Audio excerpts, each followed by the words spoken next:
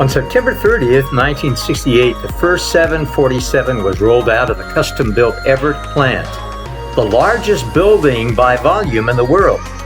The first flight took place on February 9th of 1969, and the 747 was certified in December of that year.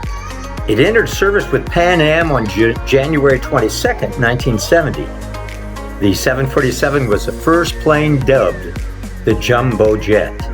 With 10 abreast economy seating, it typically accommodated 366 passengers in 3 travel classes. It had a pronounced 37.5 wing sweep, allowing for a 0.085 Mach. That's 500 nautical miles per hour cruise speed. Wow. And its heavy weight is supported by 4 main landing gear legs with 4 wheel bogies each. In 1964, for an aircraft with a load capacity of 180,000 pounds and a speed Mach of 500 miles an hour and an unrefueled range of 5,000 nautical miles with a payload of 115,000 pounds.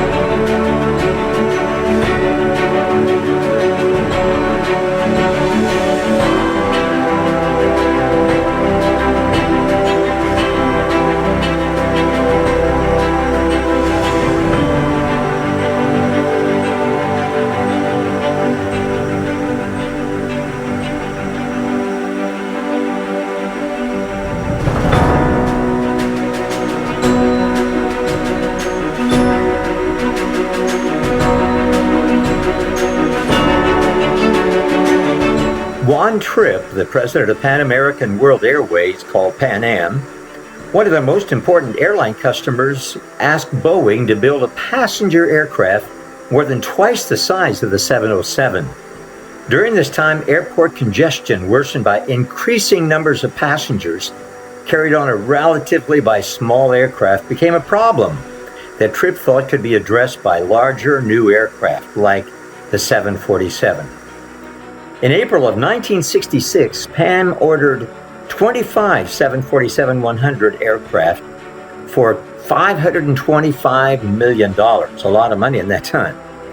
During the ceremonial 747 contract signing banquet in Seattle on Boeing's 50th anniversary, Juan Tripp predicted that the 747 would be a great weapon for peace, competing with the intercontinental missile for mankind's destiny.